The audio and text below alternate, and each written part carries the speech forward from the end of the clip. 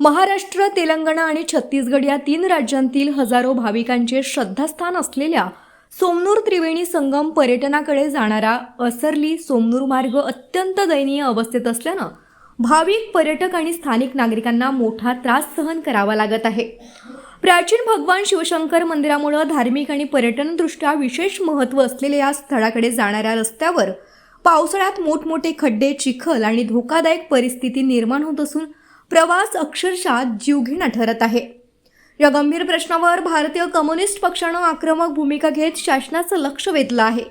तालुका सचिव रवी बारसांगडी यांच्या नेतृत्वाखाली इंद्रकुमार गोगुला, देवीदास लटकरी, रमेश जनगम, हरियंत कुमारी तसंच परिसरातील ग्रामस्थांनी रस्त्याचे तातडीनं दर्जेदार डांबरीकरण करण्याची जोरदार मागणी केली।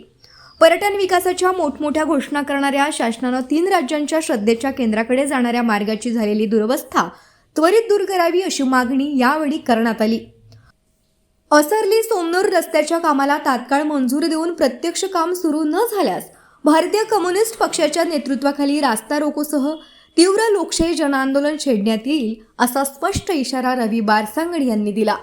दरम्यान स्थानिक ग्रामस्थांनीही हा रस्ता धार्मिक आणि पर्यटनाच्या दृष्टीनं अत्यंत महत्त्वाचा असल्यानं शासनानं विलंब न करता काम सुरू करून भाविकांना सुरक्षित प्रवासाची सुविधा उपलब्ध करून द्यावी अशी जोरदार मागणी केली आहे।